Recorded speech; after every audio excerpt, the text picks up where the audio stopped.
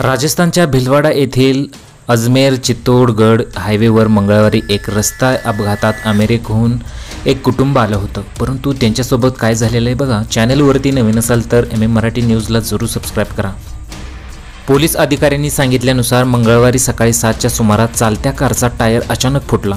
त्यामुळे कार दुभाजकाला धडकून दुसऱ्या बाजूने येणाऱ्या ट्रकला टक्कर दिली। ट्रकचा वेग जास्त असल्याने ही कार हवेत उडाली आणि जमिनीवर जोरात आपटली।